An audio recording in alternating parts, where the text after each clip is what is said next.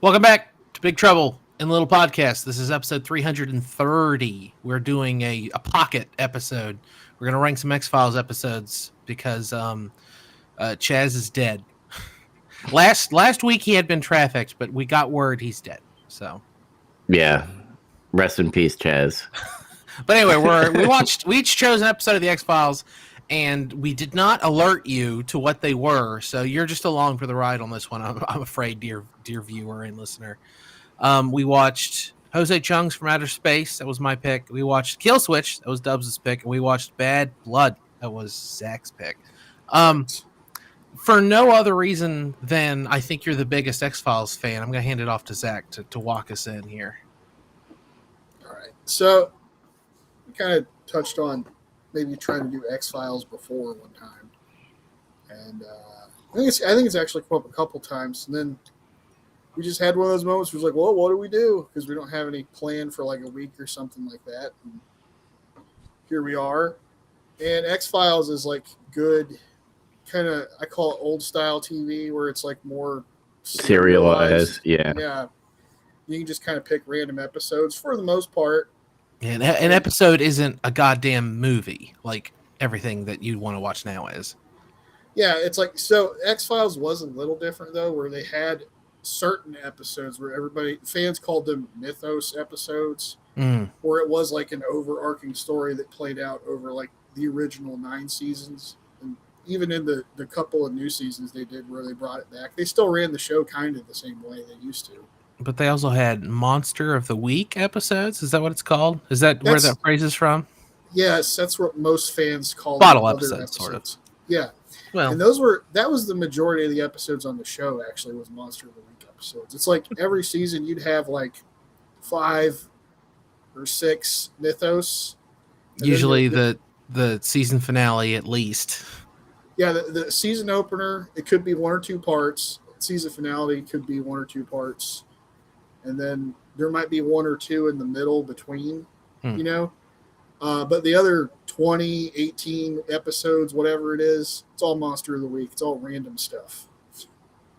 Just adventures. Just them going out to America and experiencing weird shit. Yeah, even like the last season of X-Files, like I think that came out, 2017? I think it was 2018, actually. Yeah. Like they kind of still have the serialized episodes and still do the old X-Files way, but they modernize it. And I'm not talking about like they changed language. It's just that like they tried to adapt with new TV. And I think that's the reason why it probably didn't get renewed again, and probably because of contract reasons as well. I think it was, I'm not sure about this. I don't know that Chris Carter was like super interested in doing a whole lot more of it, and neither was the cast, you know? Mm-hmm. It was like, oh, cool, yeah, we'll come back, and they did the 1 season, and then it was kind of up in the air if they were going to do another one or not. And then they decided, yeah, let's do 1 more. I'd forgotten they even did that until I was looking up something about one of these episodes, and it said like X-Files 1991 or whenever it started to 2018. I was like, excuse me? And I clicked through and I was like, oh, that's right, they did that season I forgot about. Yeah, and they were pretty good. It's like there's actually one of my favorite episodes is in one of the newer seasons. I thought about picking that one, but I decided not to. But yeah. We went the classic route. Which one do we want to talk about first? Jose Chung's? I think it's first chronologically speaking. We're going to go chronological order. Yeah. Okay, so Jose Chung's From Outer Space.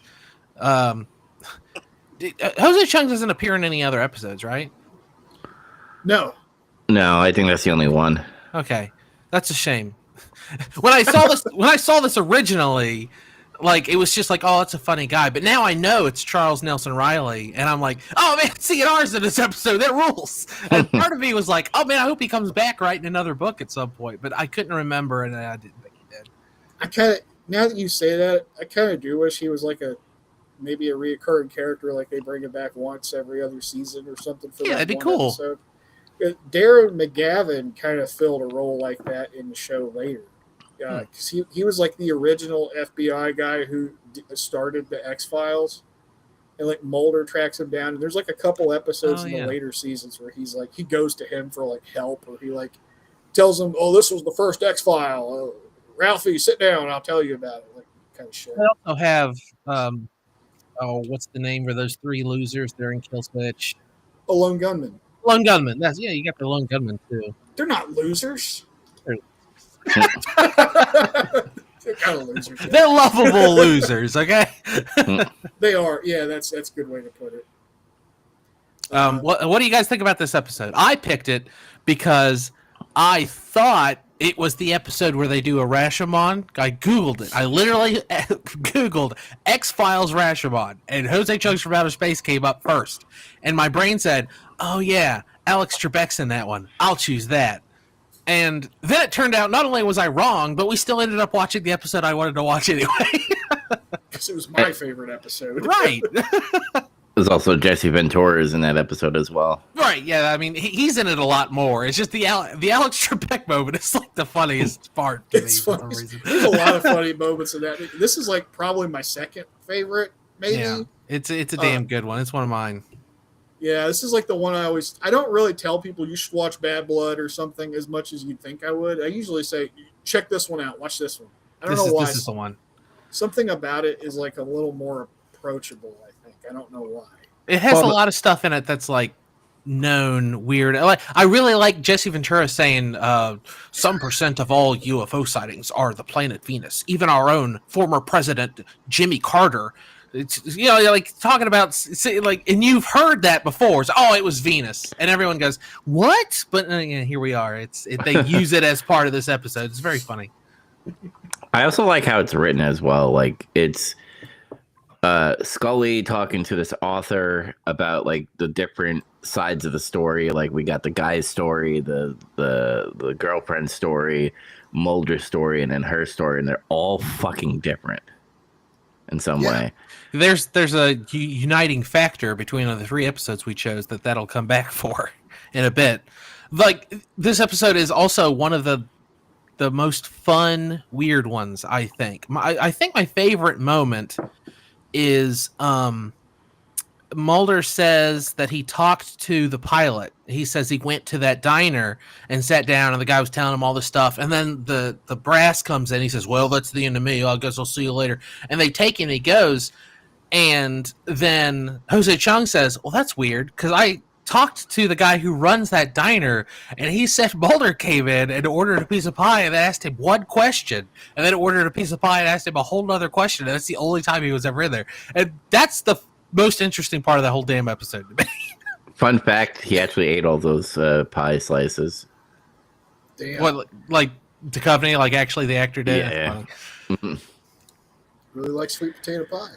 Dude, like, like that, like made me laugh because like each question he would have two scoops, literally like, mwah, mwah, and then he'd be like, "All right, have you seen alien UFOs in this direction?"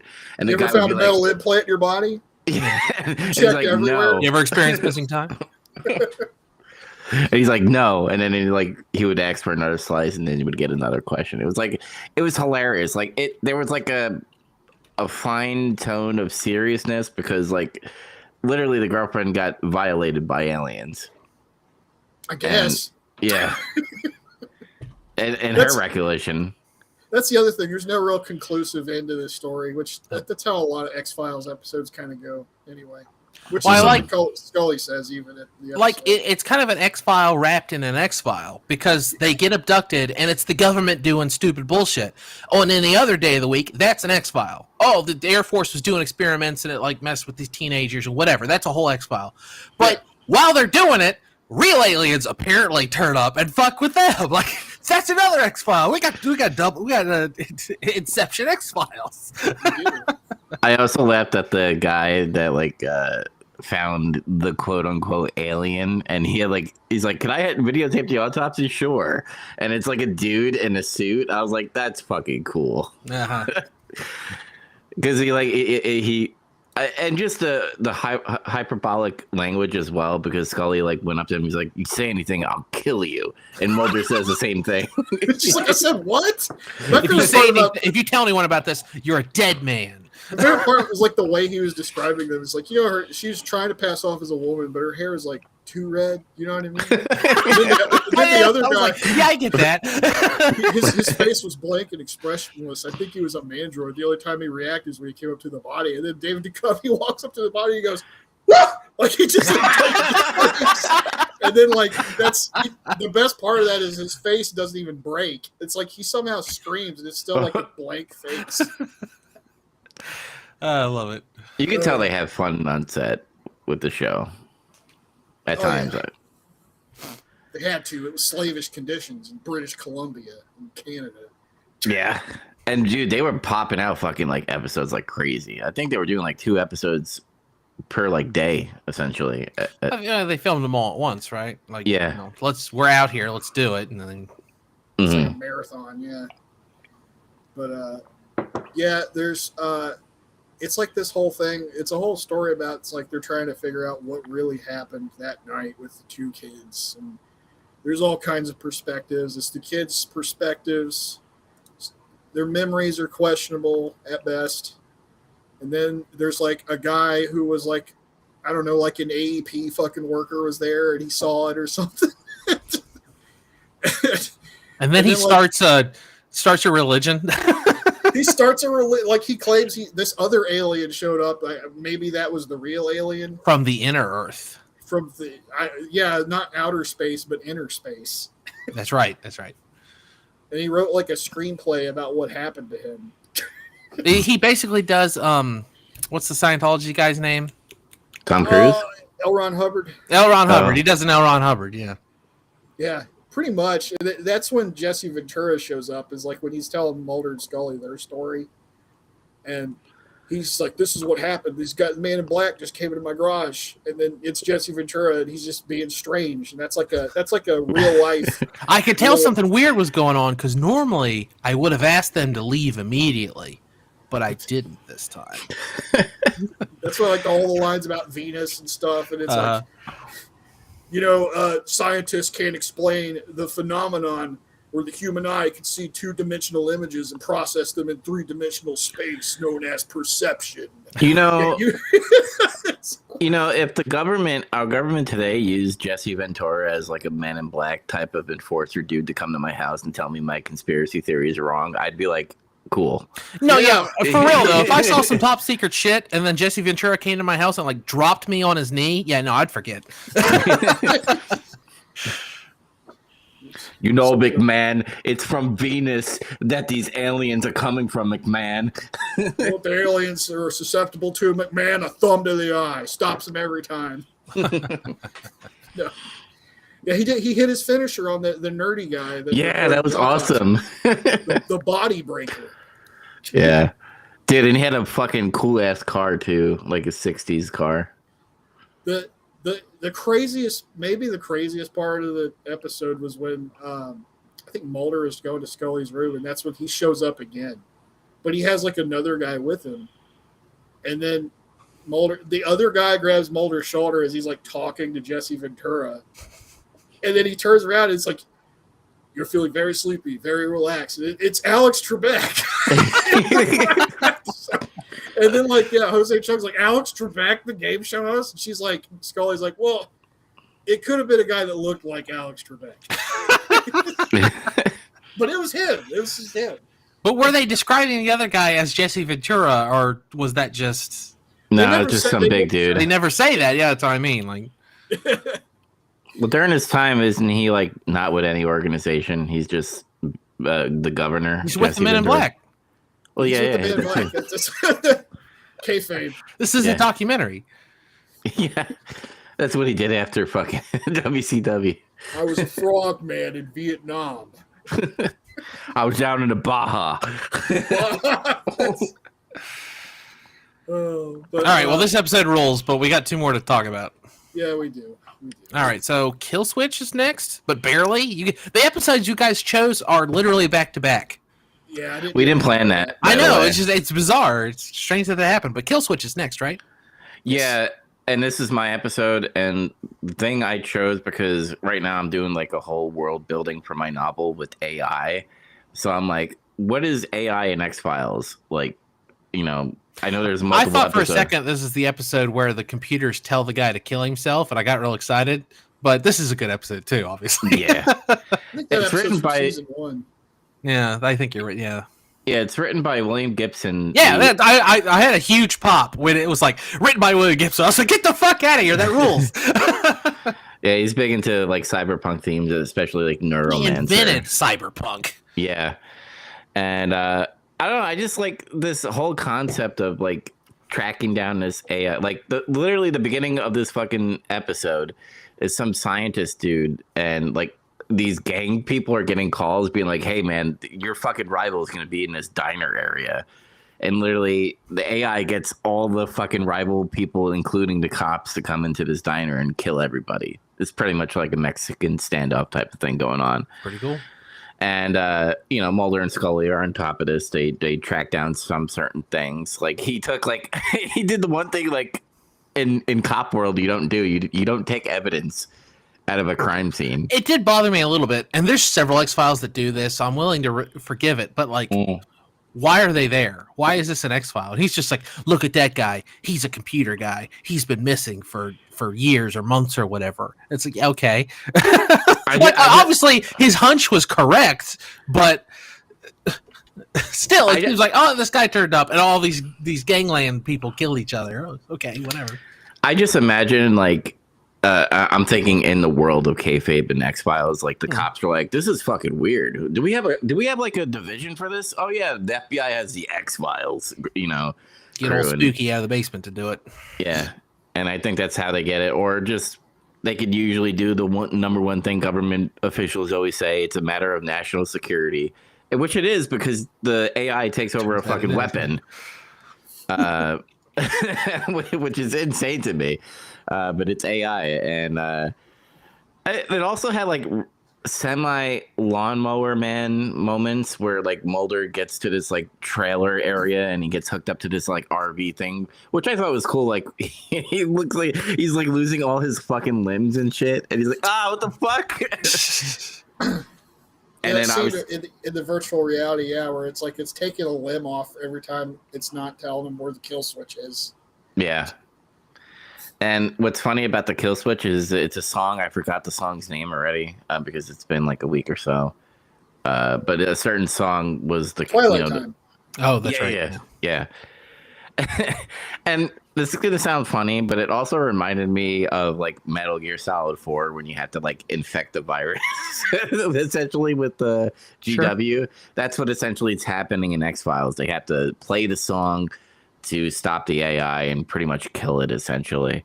They try to swerve it at times, like the female lady, like she was all for the cause, and eventually she was going to go inside the VR world, essentially. Did I read that right? And they were going to be together forever, I guess. Yeah.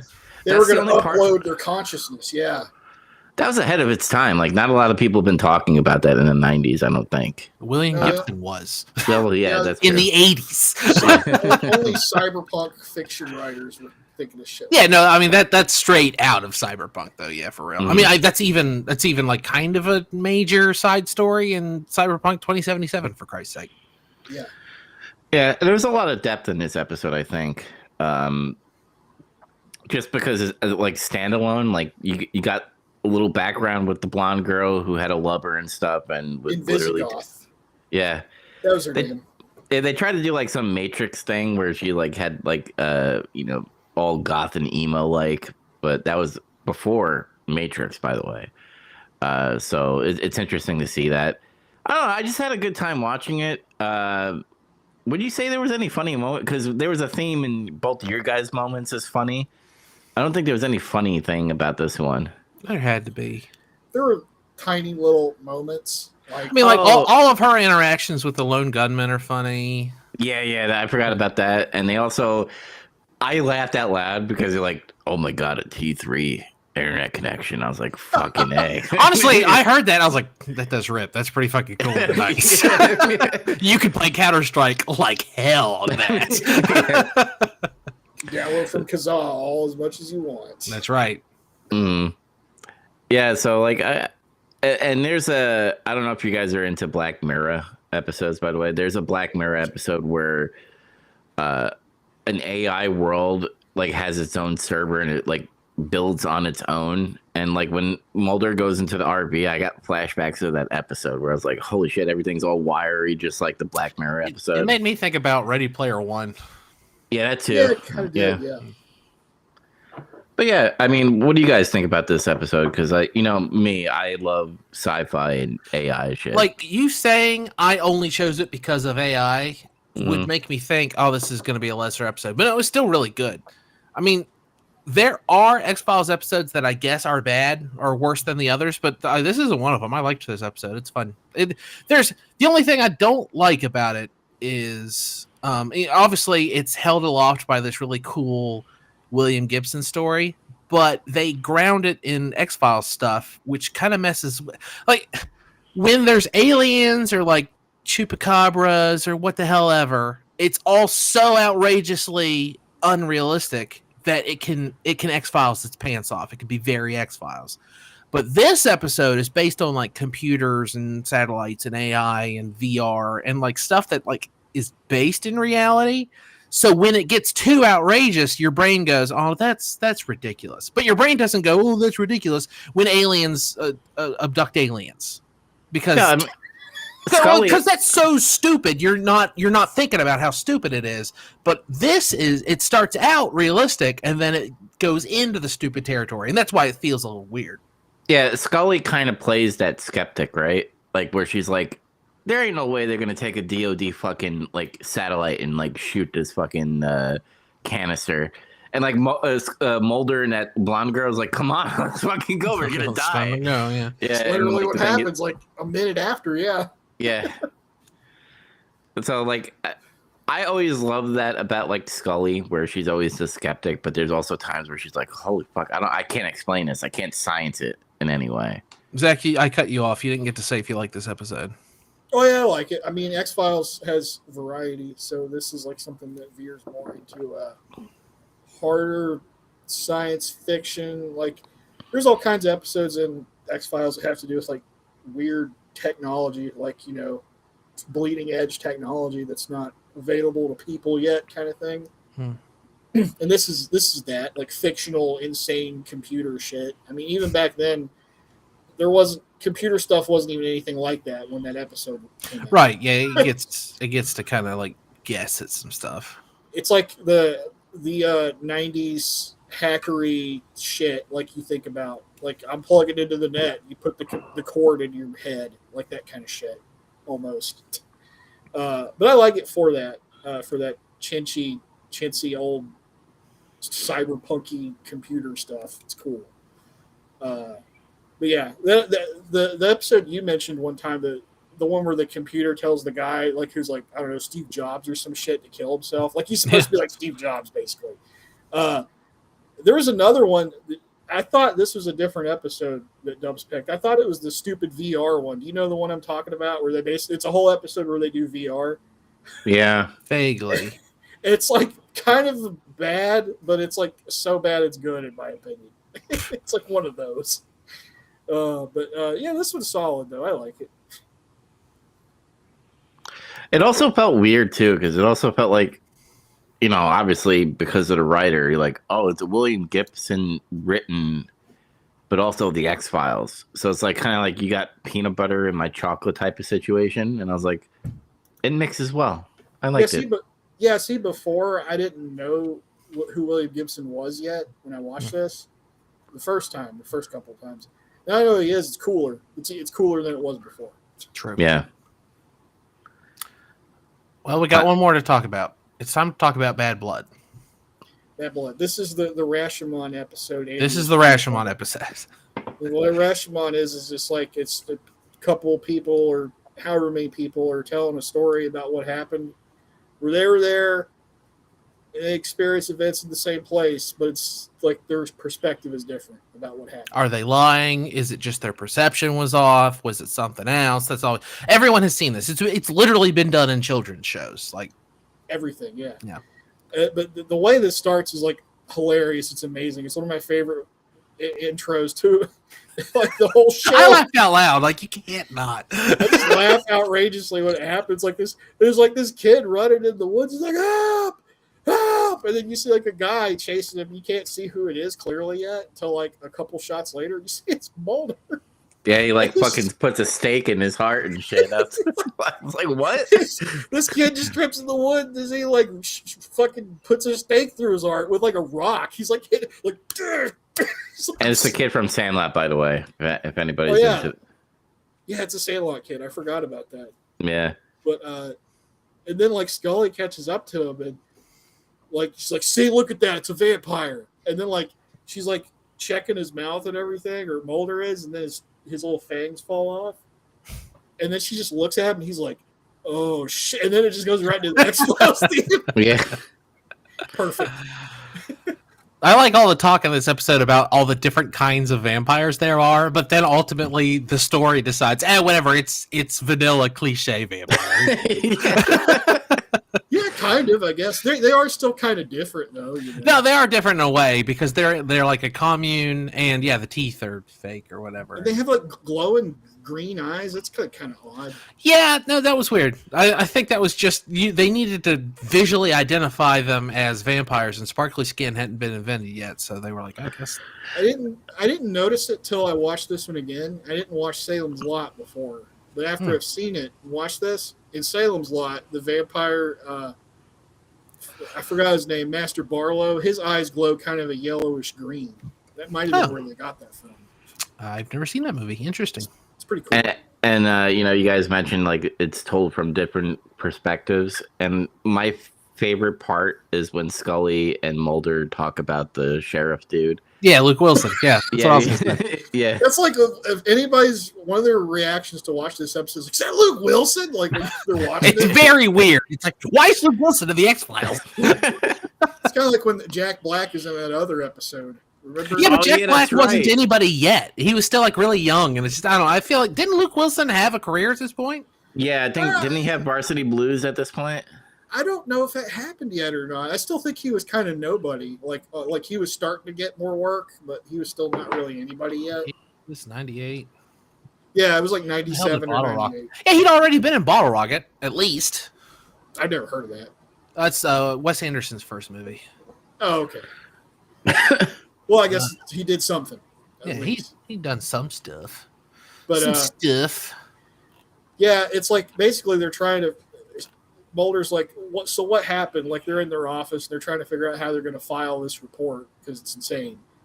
And he's like, "What did you experience?" And she's like, "Oh, you want us to get our story straight?" He's like, "No, I'm not saying that because that's not what we're doing.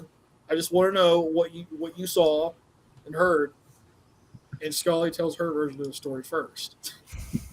And it's what's funny about this episode is in each of their version of the story, the other one acts completely insane. Or just like very mean or very dismissive or like Mulder's just like insane in her version of the story.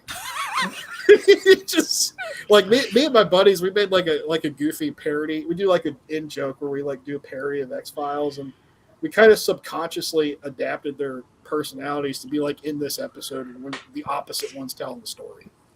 But like Mulder's just like she shows up to the office and he's like, "Hope you brought your cowboy boots." She's like, "What?" He's like, "We're going to Texas." Woohoo! Because it just seems like every time she shows up to work, he's like, "We're gonna go to Montana, Butte, Montana." And she's like, "Why?" Yeah, that part didn't even seem that out of character for him. Like that seemed like something he just genuinely do. That's kind of what he does sometimes, though. He's just like, "We're going to Alaska." What? Come on, let's go. Okay. But they go to Texas to look for, because he shows her slides of like dead cows and shit. that slideshow is fucking funny. So you think it's the chupacabra? No, they suck goats. And look, a dead human, and she's like, "Why didn't you start with that?" And Why didn't you start? They go to Texas and they see Luke Wilson, and then he's like he's just like Luke Wilson, I guess, like normal Luke Wilson. And Mulder's just like kind of dismissive of him and stuff. Well, that's the thing is he's got to be something in the middle. if the Rashomon rules apply or whatever, because she sees him as just like a handsome guy who's really nice, and then Mulder sees him as like, "Oh, gee whiz, I'm the Texas shit. I'm gonna help you solve this crime." I bust out laughing every time it happens when he tells his version of it. He shows up, he's like, "Y'all must be the government people," and he's got like these white teeth and shit. Mulder makes his face like, ugh, like what the fuck? He's just like a dumb hick in his version of it. It's hilarious. Yeah. But they're trying to figure out what's going on with this, and Mulder's got a whole bugbear about how this is a vampire. It's for sure some kind of vampire. And of course, Scully's like, I don't know. It might be a guy who pretends he's a vampire. He's crazy or something. Exsanguinations, right? Like they do an autopsy, and then Mulder goes off with the sheriff, and he's like, show me the grave. In her version, she's like, show me the spookiest, craziest graveyard you got in Texas. Spookier the better. It's just a stereotypical looking horror movie graveyard, I guess, out in the middle of nowhere. But really where it starts getting nuts is like at night. It's like eventually both of them go back to the hotel at one point. She orders pizza. The pizza delivery guy is the kid in the beginning of the episode, though.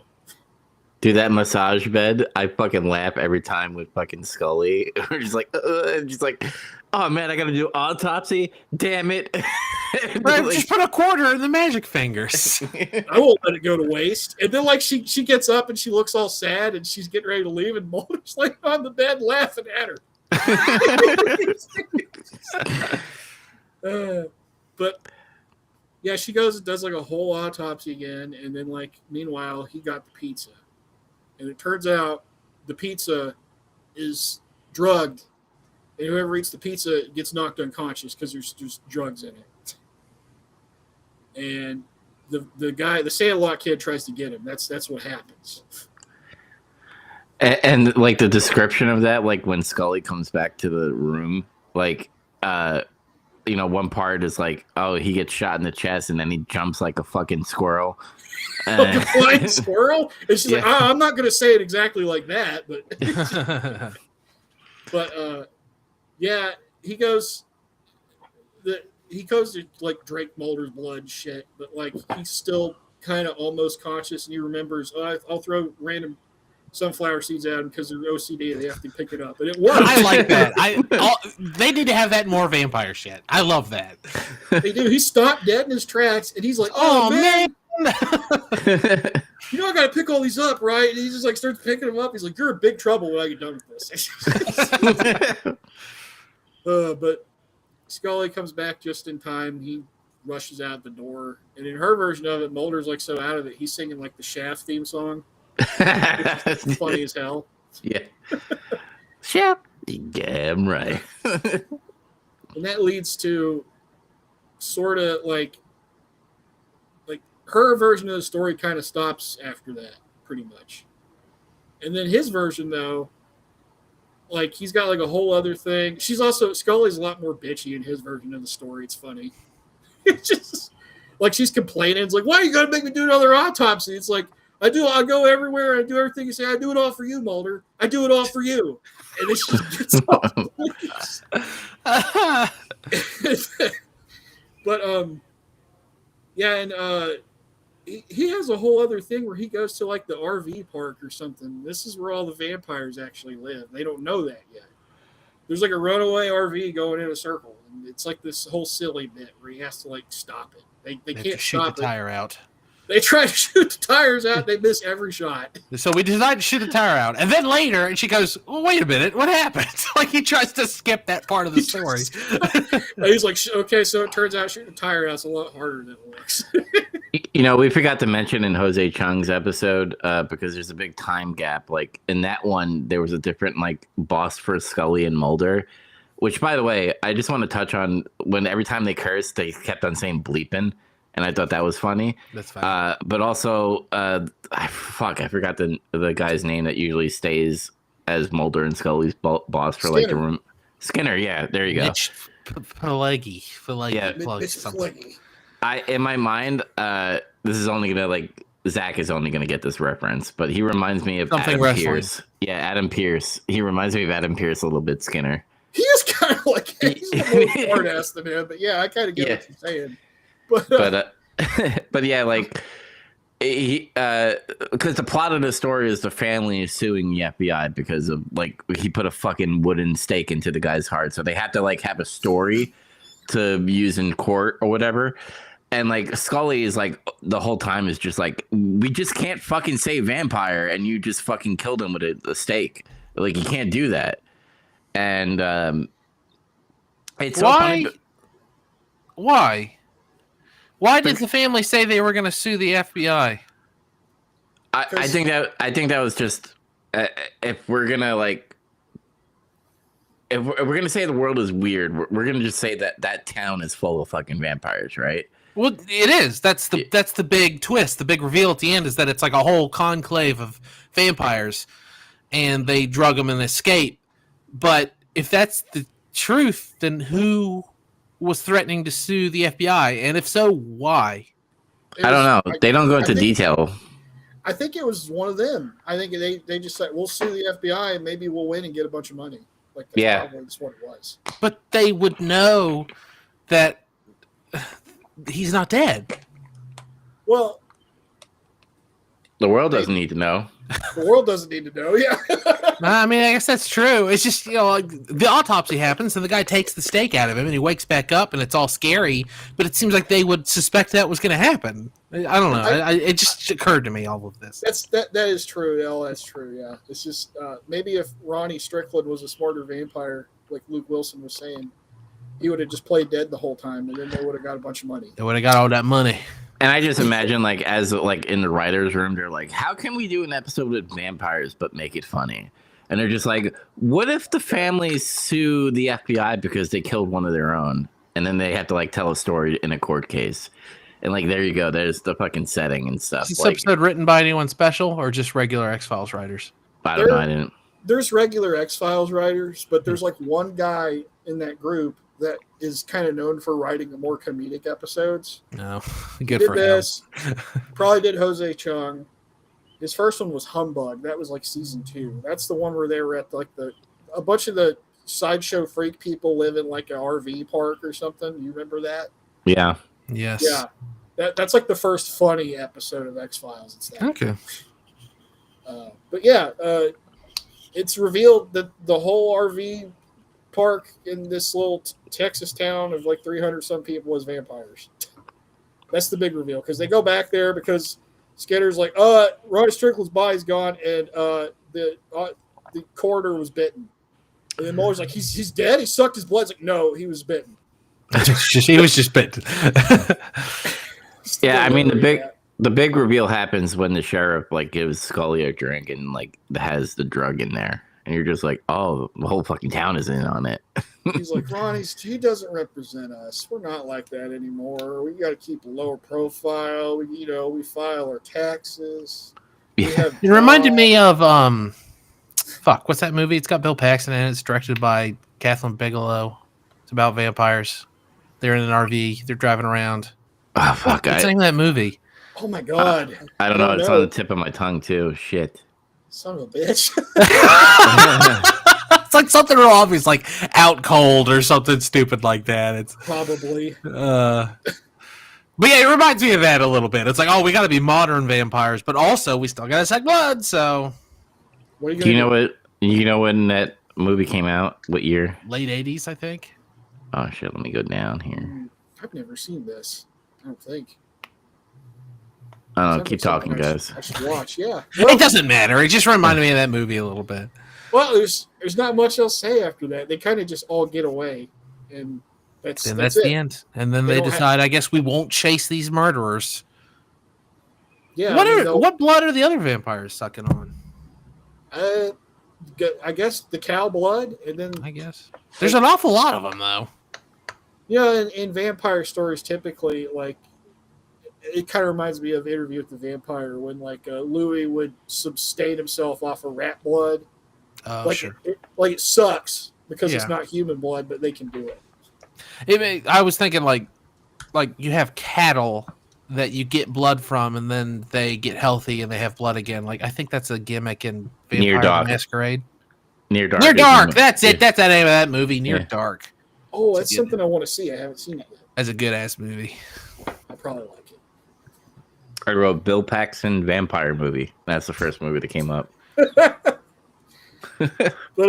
yeah, this one's a lot of fun because you get to see your usual characters act kind of crazy. They don't act like how they normally do. It's like Well, because it's like embellished. It's lies. That's the unifying theme between all of them. Is at some point there's like there's a ridiculously unreliable narrator at play. that's true. I love the conclusion. Both Mulder and Scully tell Skinner, "We were drugged," and I was like, "That's fucking amazing." We're drugged. That was it. That's all that happened. He steps out of his office. He's like Mulder Scully. He stands up. I was drugged. Like he just says it out of me. Perfect. Yeah. I mean, I recommend all three of these episodes. Like, there's the thing with X-Files, like, when there's a really fluff episode, you're just like, it's still entertaining. Like, there's never really a bad X-Files episode. It's kind of like Star Trek, you know. Yeah. that way. It's a whole different landscape now when we talk about watching something like this. Because if you're going to watch X-Files, you're going to watch X-Files. You're going to sit down and watch X-Files, and you're probably going to watch several episodes. But in the early 90s, it was like, it's Tuesday night. What am I going to... X-Files is on Fox. I'll watch that. So it's kind of a different thing. Like, shows had to compete for your attention in the early 90s. And then it was like, I'm definitely watching X-Files because there's nothing fucking better else on. But now it's got to compete with everything all the time. Even knowing that, still recommend the show. The show kicks ass. Mm-hmm. Yeah, I'm just going to recommend the whole show. Just watch it. Now, Andy, you mentioned about ranking. I didn't rank this, so are we doing it live? Are we ranking it live? Yeah, for me, it's Jose Chung's Bad Blood Kill Switch.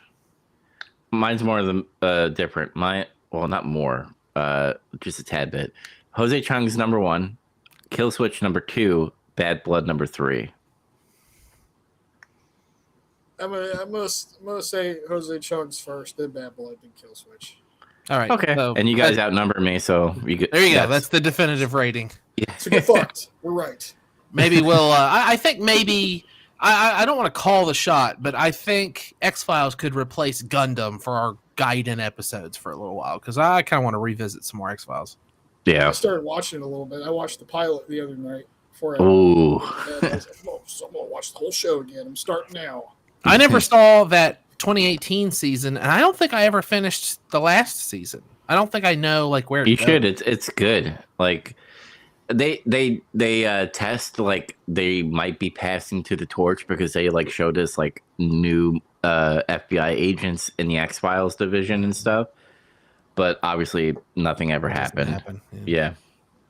Oh well, that's the way it goes. But post credit scene time. Don't forget, we are still going to talk about Midnight Run. Just that'll be the next episode. Yeah. Chaz will be resurrected by voodoo magic. That's why he went to the Caribbean. We're gonna do the Chucky like saying, and then he's like a doll forever. So Yeah. Yep, that's what we'll do. All right, so host credit scene. I mean to say, I'll go first because actually I do have a lot to talk about. Whatever. Have we already discussed Le Mans and the Canadian Grand Prix, didn't we? No, because we were going to discuss it last time, but Zach's thing wasn't right, so you didn't talk about Le Mans at all. Oh my god, I have so much to talk about. Yeah. Well, I played some Mario Kart. Who cares? I played some Ocarina of Time. Who cares? I watched a fuckload of The Simpsons for some reason. I don't know why. I watched like 4 seasons of The Simpsons. I just love that show. That's the ultimate comfort show. Like I talk about It's Always Sunny or Trailer Park Boys or what the hell ever. Simpsons. Simpsons will always be like my favorite show to watch if I just need to feel good. Yeah, I watched Le Mans. I watched a lot of it actually. I had a Max subscription and it got screwy because I was stealing it from my sister. And so I was like, I guess I'll just get my own to watch Le Mans. And I did. And I just kind of had it on the TV most of the 24 hours because I'd be in the room watching it. I'd be playing Mario Kart. I'd be built a Lego F1 car because I'm a child. But yeah, I watched a lot of Le Mans and I really liked it. I like it every year, but this is the most of it I've ever watched, and I had fun watching it. Zach, you watched some of it, didn't you? Do you want Max to? Sorry, Zach, but do you want Max to like participate in Le Mans since he's like so fascinated by it? Does that like? I'm sure he will one day. Give it time. He'll get around to it. He's He'll talked about for it sure. a lot. I think so. Yeah. But I was gonna say I did watch a little bit of it. I watched a couple hours. I watched 1 hour, and it was like at night. It had already been night for a little bit, I think, when I started watching it. It's always exciting to watch at night, but so many of the shots are just headlights in the dark, and it's a little hard to tell what's going on at times. But whenever they show the shots from inside the car at night, I'm always like, I couldn't fucking do this. This is impossible. Because they're all going like 250 miles per hour on the Mulsanne Straight. It's like, Jesus Christ. Got those halogen bulb high beams on, probably. Yeah, no, I mean, it helps, but still, it's not perfect. You think they'd have more, like, it's not street lights, I guess, because it's a racetrack, but you figure they'd have more lighting rigged up, maybe. Yeah, I guess maybe it's just part of Le Mans. I get so. Le Mans has this whole like mythos to it, and like when they got rid of the Le Mans start, people like almost like burned the place down. Not literally, but the people were upset that they changed something for safety. So I feel like if they put up lights, everyone would be like, "Get the fuck out of here! It's some fucking bullshit." So I think it'd be cool to see the cars be able to see, be lit up at night. Yeah. But, I watched an hour or so where it was interesting because you got to see everybody kind of goofing around in like the pits or whatever. I always like the shots of people sleeping in folding chairs. They like sleeping in folding chairs. They're like doing these little games to keep themselves like keep their heads straight. Like they're doing this thing where they're throwing a ball at each other or something. Mm-hmm. Or there's people, they have little stuffed animals or something, just silly things. It's just funny. But and the commentators seem to be a little more loosened up around that time too. It's kind of like they're goofing off too a little bit. Yeah. But I think I did something else for a bit. I think I played Fire Emblem, and then I came back, and then it was like morning. It was getting really early morning, and stuff was. I watched that for like a couple hours, and I fell asleep. I fell asleep watching it. I wish I would have watched as the sun was coming up. That's like one of the few parts of Le Mans I've never seen. At least you can rewatch any of it, but it's kind of not as exciting. But this year I watched the very beginning, which I've never done, and that was really exciting. And I watched the ending. I do that every year. Watching the ending is always pretty exciting. It was pretty cool though. I enjoyed what I watched of it. I was rooting for Alpine team. Mick Schumacher's on that team, but they didn't do too good this time. They did okay, I guess. They got 6th or 7th or something. They got 10th or something, didn't they? Yeah, that's still, they improved a little bit from where they were. Something happened where like they had like an all women's team or whatever, and their car kept fucking up. I think this is what caused them to slide back quite a bit. I think that was in GT.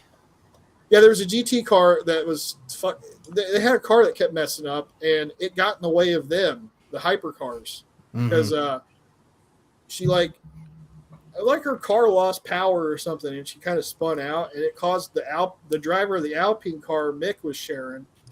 He had to like swerve purposefully out of the way, so he basically almost crashed himself to avoid crashing. Yeah, that's part of Le Mans though. Like, there's 3 races being ran on top of each other, so. Yeah, I forgot about that. Yeah, how there's like 3 different. I was just in my head. It's just hypercars for some reason, but it's not. It's just. Did you pick up Gran Turismo? Not yet, because where I've been off work for so long, I'm trying to build my money back up. So I'm like not spending money on like silly shit for a bit. That's gotcha. But I will get it. I was also. Go ahead. I might join you guys if Andy you get Gran Turismo, because maybe I'm thinking about it. It's pretty cheap. I might buy it, but I got games to play forever. Like I'm not allowing myself to buy anything until I finally beat Ocarina of Time, which it's hard. I got distracted by having brand new Switch 2 and Mario Kart. So I guess I was pulling for Cadillac's team because they're new and it's like an American team. That's cool. There's not really Yeah. any American They did all right. They did okay. Yeah, they did pretty good. And then like they got pole position, and it was the first time a naturally aspirated car has been on pole in like 20 years, and it's also the first time an American team has been on pole for like 60 years or something. this is probably back during like the Ford Ferrari days. No, yeah, it was the Ford GT was the last American car to get pole position at Le Mans. Insane. Yeah. Yeah, but they did good too. And Kevin Magnuson, who used to race in F1, he was in the BMW team. They did pretty good too, I think. Yeah. Yeah. So I mean, a former F1 driver won, Kubica.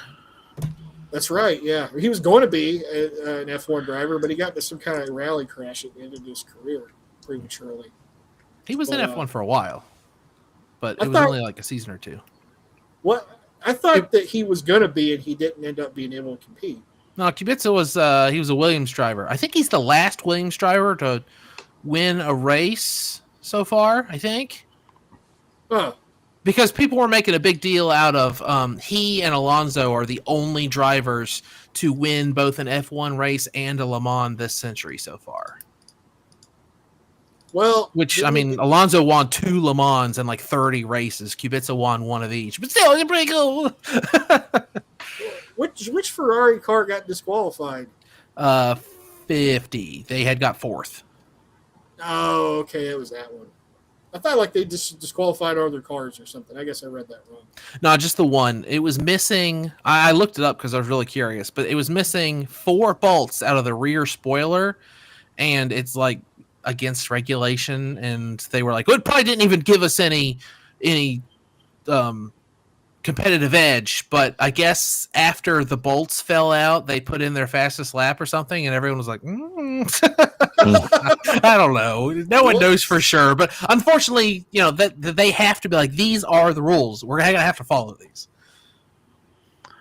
Did any car? Oh, that's pretty obvious, but like, is there like how many cars did not make the full 24 hours? Oh, a bunch. Bunch. Okay. Plenty, yeah. Yeah. I mean, They it's drop off like 24 flies. hours. That's any car is gonna have a rough time going 24 hours, and these are all like millions of dollars. That's crazy. That's a good pit team if you have a good car and good pit team. I really, the pit stops in Le Mans are so interesting. I mean, in all the endurance races, because it's one guy's job to literally jump on the hood of the car and then start wiping down the windshield because it's always filthy. It's like I think I showed a picture in the chat where it's like the winner's car. Like first hour he started, and then the last hour. It's always gorgeous, and then like a trash fire.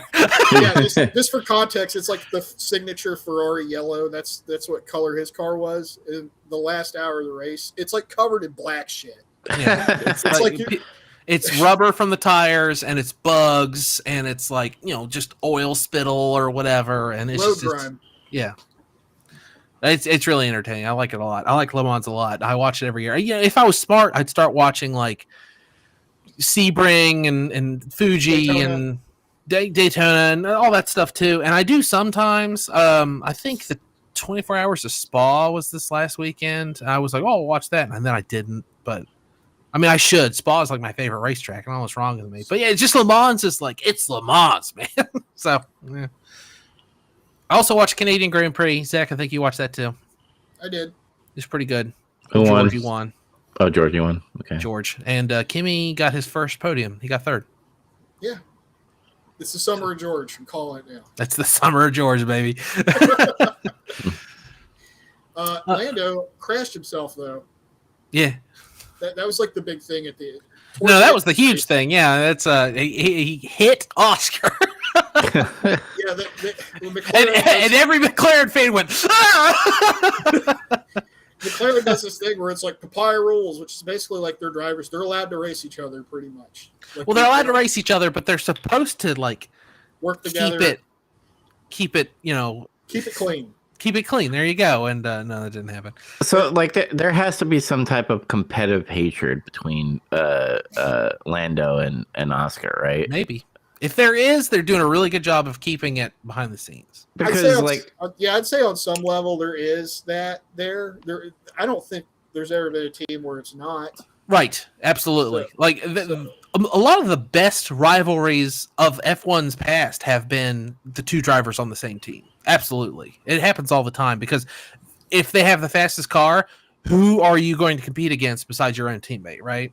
And Mhm. that's kind of what's happening at McLaren.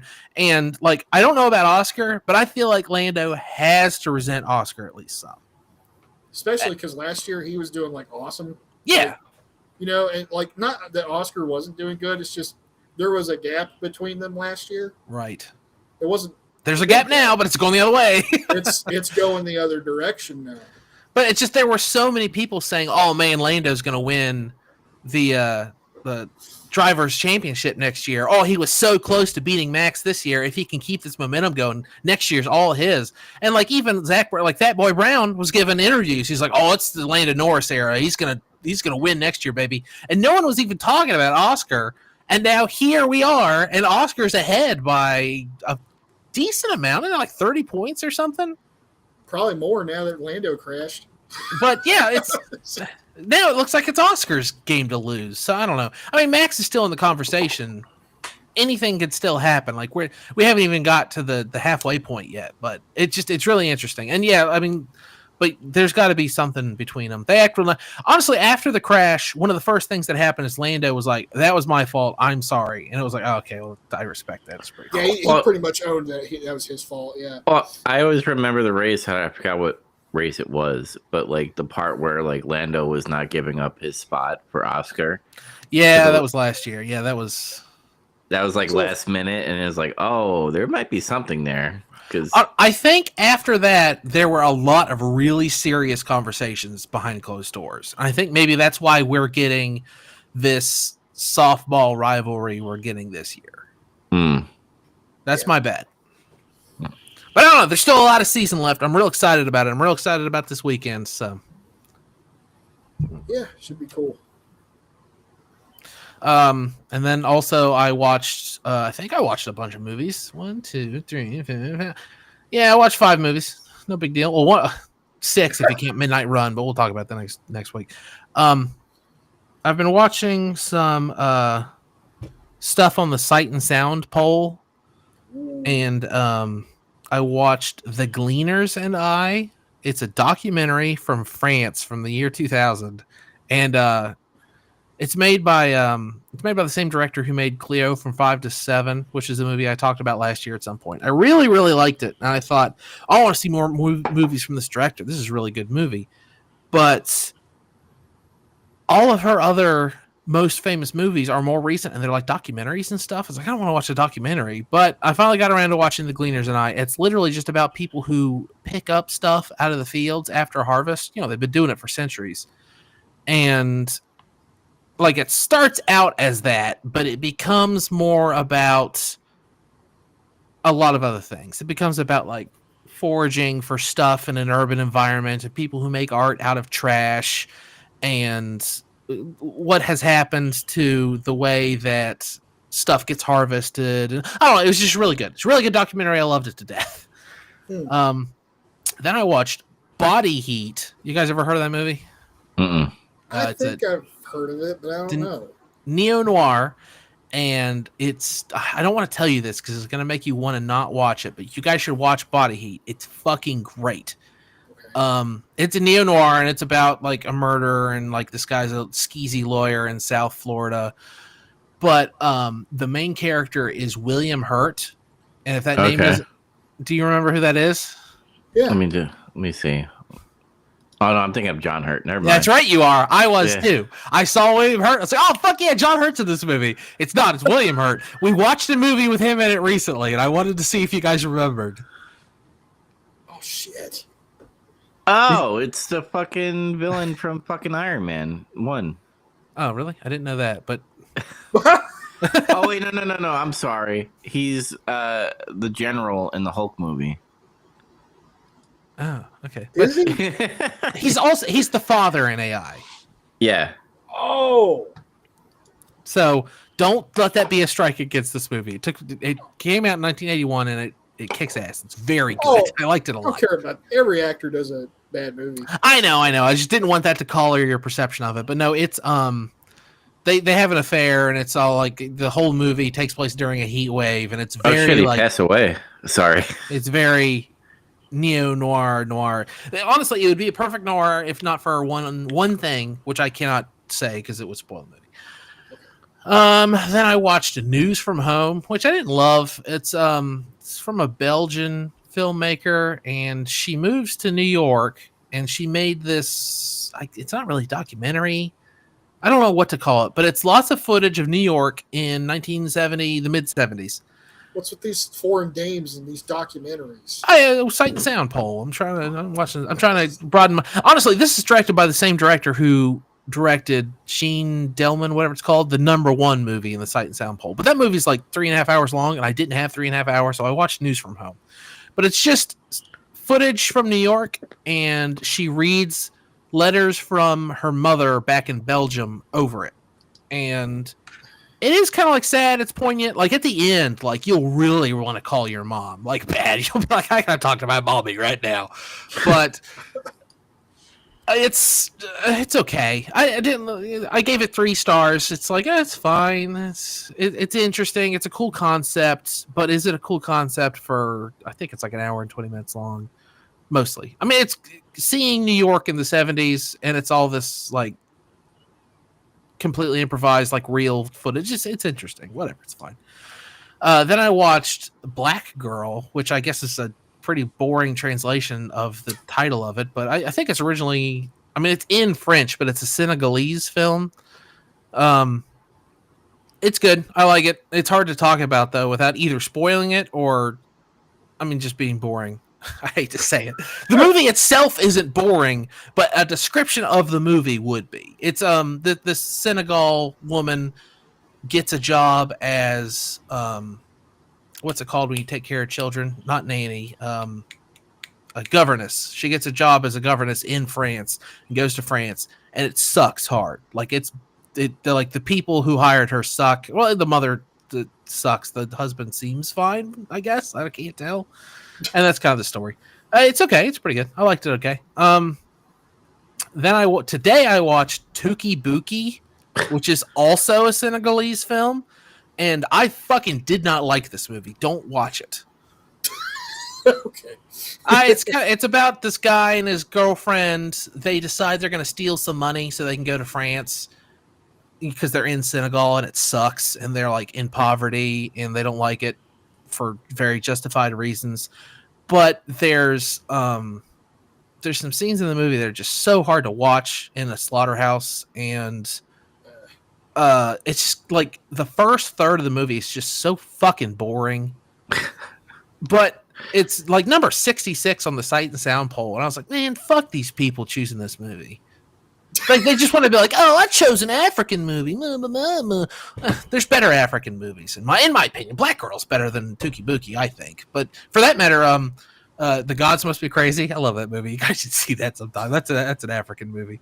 But yeah, that's all. I'm sorry, I watched a lot. It's been a little time between the last 2 episodes. We had some hiccups, some speed bumps. So that's why I had a big backlog.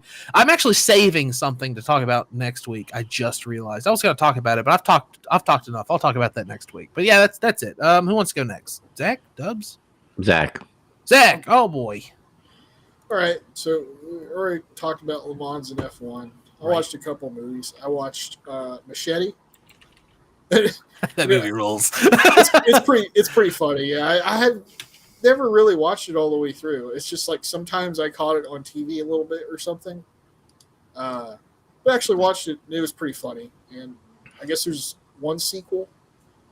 I'll probably check it out at some point. Machete Kills, right? Yes, Machete Kills. I've never seen the sequel. Yeah, I haven't seen it. I guess I'm going to see it soon-ish. But I think they planned to make 3, but for some reason they never made the 3rd one. I don't know what happened. He had to go be in Yakuza. Oh, that's right. Yeah. That's right. But it's pretty cool if you like, the Rodriguez movies, crazy shit. That's what Danny Trejo, right? Trejo. Yep. Mm-hmm. Yep. And then if you like that new wave grindhousey shit, like you'll like it. That was a time, dude. Like there was a lot of like those type of movies during that time. It was weird. him and Quentin Tarantino both love that shit. So they were making movies that were like that for a few. There was Well, games too. they made Grindhouse. That was the big. That was like a cultural touchstone moment. Like that, everyone was talking about Grindhouse. Yeah, they made Grindhouse, and like I consider Django Unchained one of those movies. It's just cleaner. It looks cleaner. You know what I mean? What was that Nintendo Wii game that had like a Grindhouse feel to it? Mad World. Mad World. Yeah. Or do you mean House of the Dead Overkill? Because House of the Dead Overkill has the B movie aesthetic. That's the too. But Mad World is what I'm thinking. Okay. Well, I mean, like, I don't know if you're. I thought Django was kind of like it falls into that. You know, how some people say after a certain point he got fixated on that grindhousey aesthetic or like ultra violent, trashy movie. But it's he's trying to do his shit in it too. Yeah, I mean, okay. I wouldn't call Django Unchained trashy, but I do see what you're getting at. Yeah, you see what I'm saying. But like I guess that trend really started with Kill Bill, I guess. Yeah. But yeah, and then I watched Long Good Friday. I love that movie.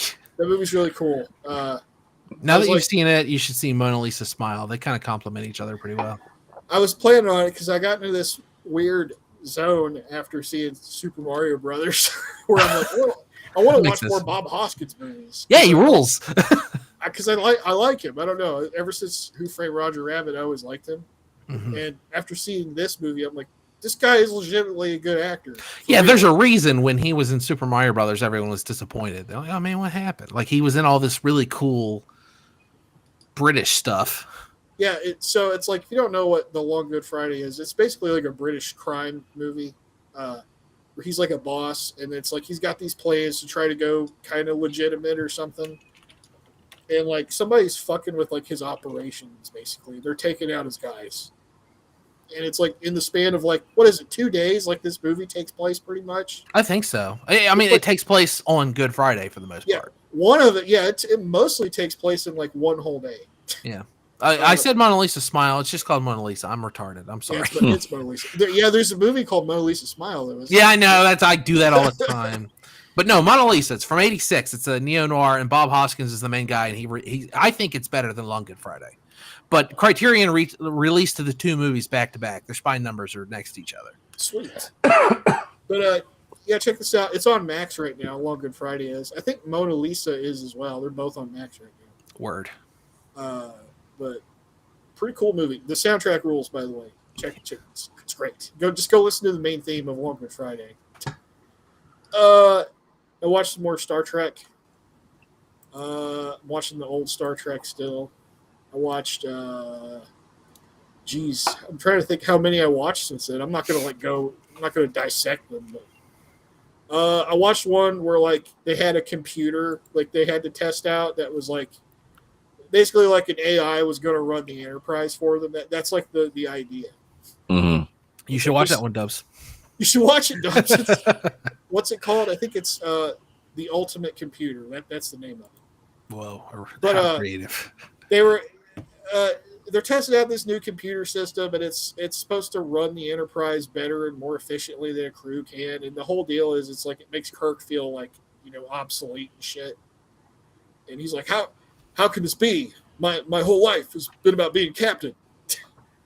And it's like it gets to a point to where it's like we don't need this whole crew. It's like in reality, now that the computer's running the Enterprise, we just need like 30 people instead of like 400 or whatever. Yeah.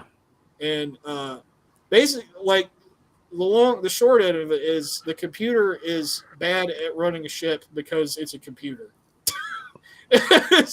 Because it's like it makes insane decisions, like randomly powering off like a bunch of areas of the ship to save power, and getting into fights when it shouldn't have to get into fights necessarily. It can't judge things like how a person could. Yeah. And it basically gets the Enterprise into a bunch of trouble, and then Kirk has to Kirk and everybody has to overpower the computer and take the ship back, basically.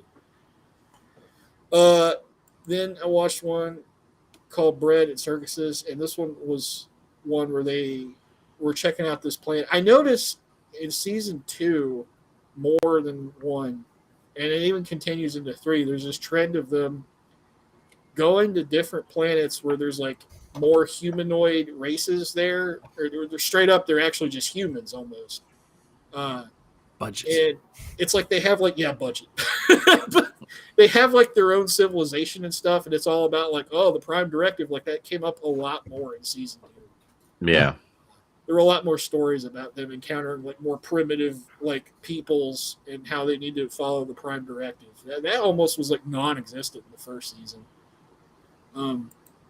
But on this planet, it was like the Roman Empire never died, and it got. I've heard of that episode. And it got to modern times. They're like broadcasting gladiatorial combat like on TV and stuff. It's like it's actually kind of cool. It's a pretty cool one. I would recommend it. And I watched Assignment Earth. This one was weird because I thought I was gonna like this because it's another one where they time travel, like they go backwards. And it was like about a guy who was trying to prevent some kind of really bad event from happening. I think it was supposed to be something that was like that could have caused World War III too early or whatever. And it's just okay because the plot gets kind of convoluted and it gets silly. It almost doesn't feel like a Star Trek episode. That's how weird it is. So don't recommend that one. Then I saw Spock's Brain, which is an alien steals Spock's brain. Yeah. Rude.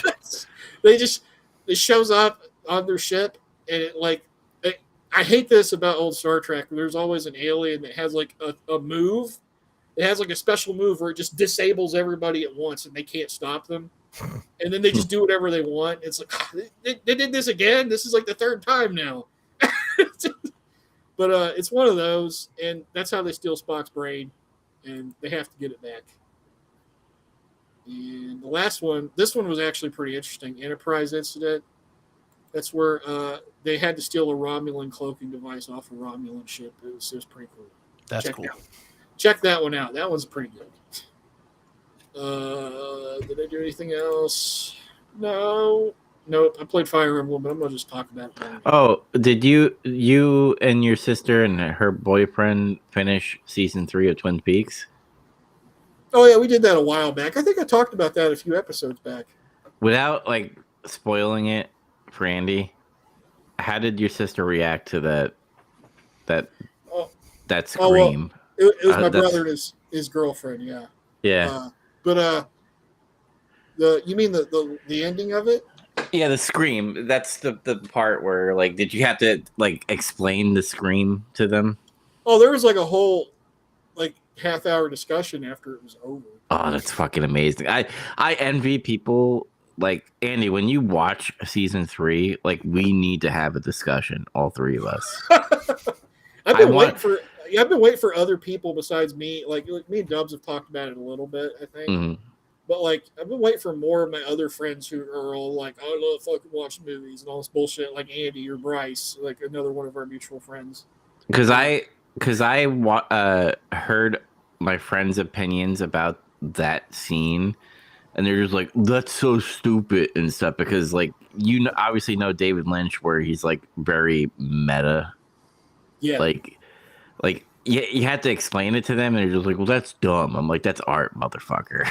Like, no, I mean, really, you can have that whole conversation about that entire season, really, because there's like that's what I was noticing as I was watching it with my brother and her. Is my brother doesn't like it as much as the old Twin Peaks, and there's fans like that though that don't like it as much. Sometimes enough to where they go, "I just don't like it. It's not the same." And there's a whole conversation to be had about that. But I think he still enjoyed it, parts of it for sure. But the final result was he didn't like the way it ended. His girlfriend did, especially after like I basically gave what I thought my explanation of it was. Well, your brother needs to marry her. I guess that's going to happen. But, yeah, that was that though. That happened a couple months ago. Maybe I just didn't get into it enough. I don't remember talking about it. Maybe we just glanced it. I don't know. I probably glossed over it. What'd you do? Oh, so I'm on vacation, and I decided to get into a show. I'm a big Lost fan, and I've been trying to find a void for that. Severance is probably partial of the void of that, but it's still. I love mystery box writing. I loved being like, I don't know what the fuck this is, but I want to know what it is, and that could be dangerous to some shows because there's some shows that won't answer questions, like Lost, where like there's so many unanswered questions where they had to make a Blu-ray bonus CD to explain literally everything. I think shows are worse about that, about having that kind of a plot. You know, it's more dangerous for a TV show than a movie. You can make a movie about what the fuck is happening, and like you can resolve it in 2 hours. Yeah, but like for the show, it always just feels like it could go off the rails at any moment. Yeah, and I'm watching a show that could happen, but I'm really impressed on how they're answering questions every season instead of being like, "Hey, we're doing this on the fly. You might get the answers in the series finale. Who knows?" But they're actually answering some questions. And the show I'm watching is called From, From. It's from the writers of Lost, and it does have one of the characters from Lost, Michael, the black guy that is trying to find his son. Where I don't know if you guys ever seen a trailer, but he usually goes, "Walt, Walt," and he's like screaming Waltz and all that stuff. Is it the same character? Or is it just the guy who played him? It's the guy who played him. There's no relation to the lore of Lost, even though they use tropes in this show that is like Lost. Like they have a boy in white and a man in yellow in this one.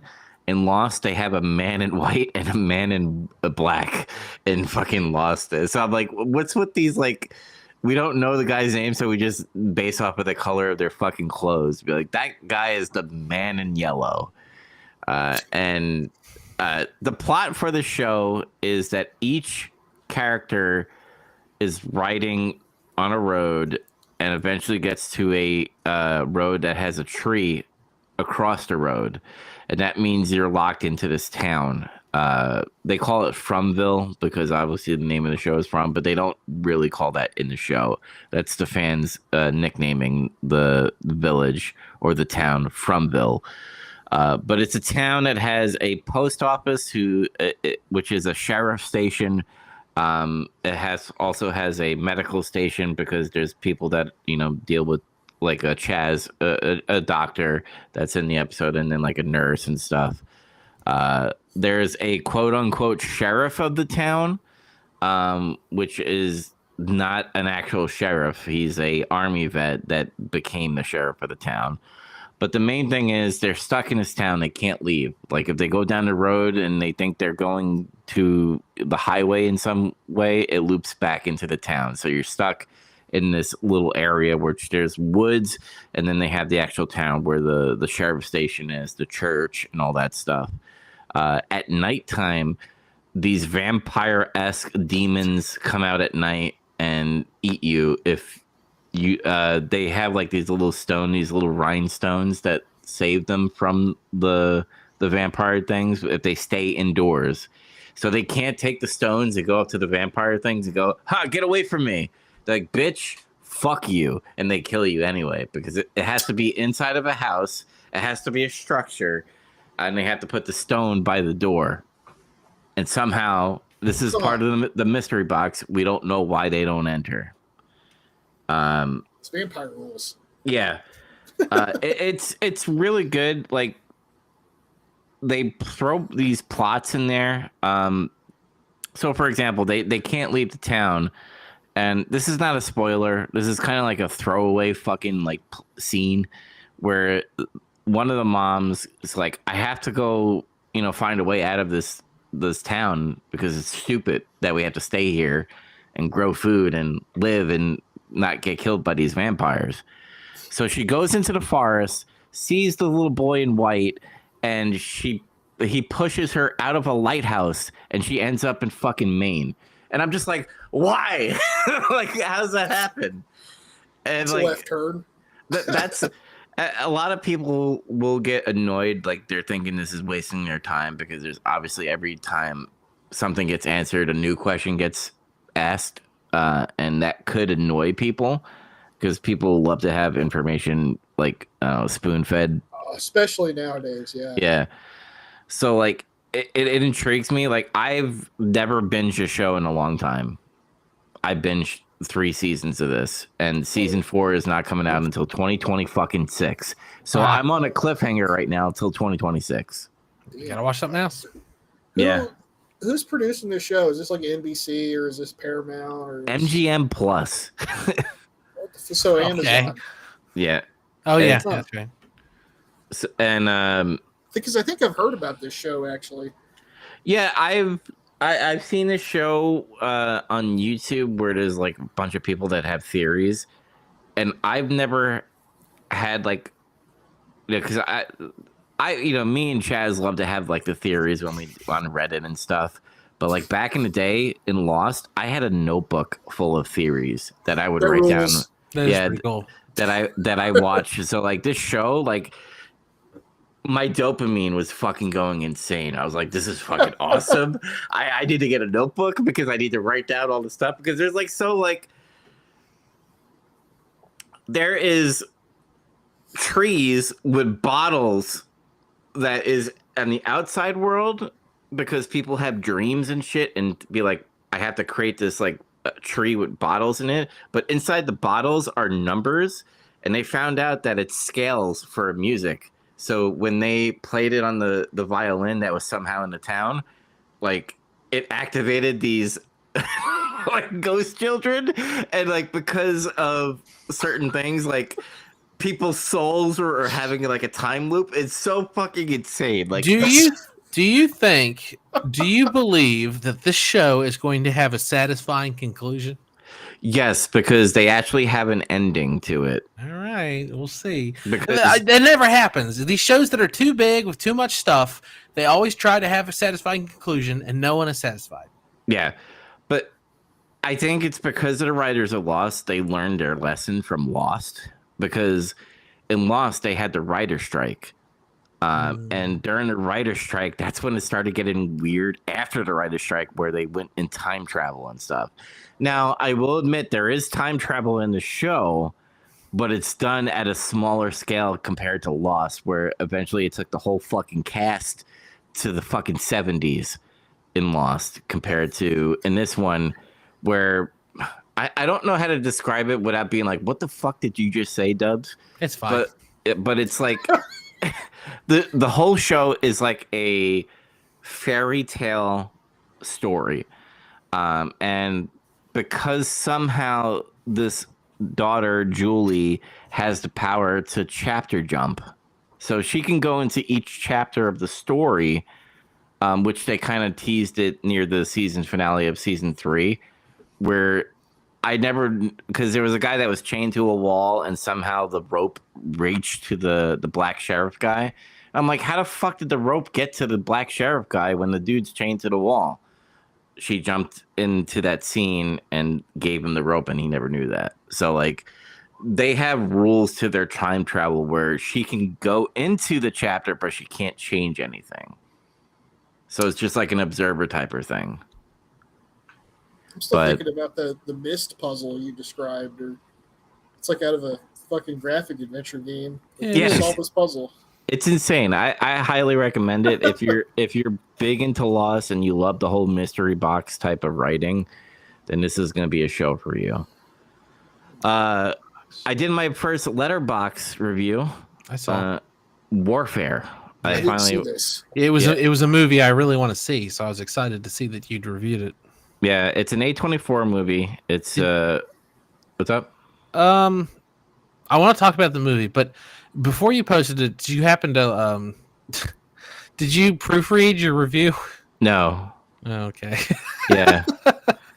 I just kind of quickly wrote it, and it's probably bad. I know it's bad. I mean, you can reread it once. It's just, I'm sorry, I don't want to make fun of you on the show or anything, but the first sentence is, "This is probably one of the realistic military films I seen in a long time." You missed 2 words in one sentence. You know what's funny? That first sentence, I was I was choking on a broccoli from my Chinese. And I just moved along. I didn't read it again. It's like Slow down. Aren't you a writer? I am. I just wrote it really quickly because I wanted to get that first letterbox review in there. The plot is simple. It's Iraq War. Yeah, it's Iraq. It's Iraq War. Sometimes I post a review and I don't proofread it, and then like but I go back and I read it real quick, and I'm like, oh shit. I have edited many of mine. I'll be like, type enter. Yeah, I did it. And read. Oh shit, that's wrong. Oh, that's wrong. Oh, I don't think that. Yeah, the like the battle scenes is really fucking cool to see because there's like they do like flybys of the planes and shit, and it does like the dust and stuff because they would run out of smoke grenades, so they would call in this jet to come in and do like a flyby and like cause a bunch of mayhem for them to go into the Bradleys. Cool. It's directed by Alex Garland, right? Yeah. Yeah, I like that guy. What I meant by simple is like it's set into the Iraq War.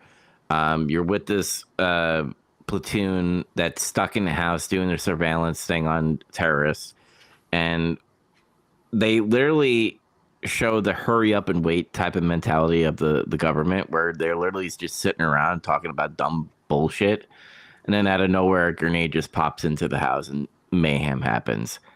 And literally they have to get the fuck out of there because their air support is moved to a different location, probably Fallujah, the bigger battles that were happening in Iraq. And they're like, how the fuck are we going to get out of here? And you're like, well, we'll send 2 Bradleys to you. And literally the whole movie is them trying to get into the Bradleys to leave the war zone. What'd you watch it on? I watched it on Amazon Prime in the living room with good sound quality. And the sound was amazing in this movie. So I gave it a 4 out of 5 stars because the only reason why I didn't give it the full 5 is because I think normal viewers, even me, where I was like, all right, I get it. They're waiting for the shit to like break down. There was just them just like huffing and puffing, be like, yeah, you see that fucking bitch and shit. Like the how it starts in this movie is they're watching like a workout dance video with Phil Collins in the background, and the girl is like thrusting her hips, she's gyrating her hips, and the whole fucking army is like, fuck yeah, like this is cool, vagina, camel toe fucking panties and stuff. And then like they would show like because in the beginning they're infiltrating this town area and they're doing it in the nighttime, and one platoon's going to one house and the other platoon's going to the other house. Our platoon that we're watching is what we're going to see in the majority of the film, but they're like across streets and they're all like trying to fucking find terrorists like on the roofs, and this guy's like doing this in the middle of the street, like imitating the music video. And I was like, man, that's gonna get somebody killed, but nothing happened there. Sorry for a spoiler, but but I thought like that time a RPG would come in and kill the thrusting soldier, but that never happened. But like so, I enjoyed it. When does it take place? The Iraq War. Oh, okay. Yeah, I mean, they give more details. I don't know which mission it was, but it was something that they were surveilling like a building that these terrorist cells were going into. You keep saying terrorist. Is it terrorist or Iraqi army? Because that'll determine how early or late in the Iraq War. I'll just do the Office thing. What's the difference? Like the meme? What's the difference? But no, it was like, I think it was terror cells. Like there was no like military about this. Besides like a PKM. And I fucking marked out for the PKM. I was like, that's a fucking PKM. And I was like going insane. And my dad's like, what's a PKM? I'm like, just imagine a fucking AK, just fucking a saw version of that, essentially. Well, if you've been on vacation, you watch any other movies? No, I watched a bunch of From because that took a big chunk of my time. Fair enough. Gaming wise, I played Counter-Strike because, again, I like to rearrange shit in my room, and I put my gaming laptop back over here in this area. So I've been playing a bunch of Counter-Strike. Certain games I'm doing amazing. Certain games I just get mad at. I'm like, what the fuck? How do you shoot me from that angle? It's stupid. That's Counter-Strike. Yeah. And then I've been playing trade card game simulator. So you own like a store, and they have their own version of Pokemon that I'm like selling like booster packs, fucking figurines and stuff. I have 2 workers now. I don't even do the fucking cashier anymore because it's annoying and it's giving me PTSD from my job that I'm doing a vacation away Sounds like from you're right winning. now. Yeah. I mean, I don't have to deal with stupid asshole customers being like, on the price tag it says $7.99, not $10.99, and they're like, fuck. And you gotta go walk over there and you go, you're right. And then you gotta call a manager to fucking override and stuff.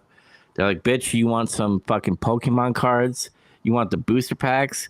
And then how you know people are poor is when they say this is so expensive, and I just yell at them, and you fucking peasant, get out of my store. Too poor to be in this establishment. Yeah. But like there'll be people that come up to you and be like, could I give you this Charizard for like $1,700? And you're like, no, the market price is like $900. I'll give you $700 so I can make a profit. Yeah, that's the way it's done. Yeah. And that's how you get like to build your profit. Like you'll get like a really fucking rare card and you put it on the little glass container, and the guy will be like, oh, I want that. And he'll like take it. First he'll say, that's too much. I may have the money. And usually when I say that, they take it. And I'm like, what the fuck? You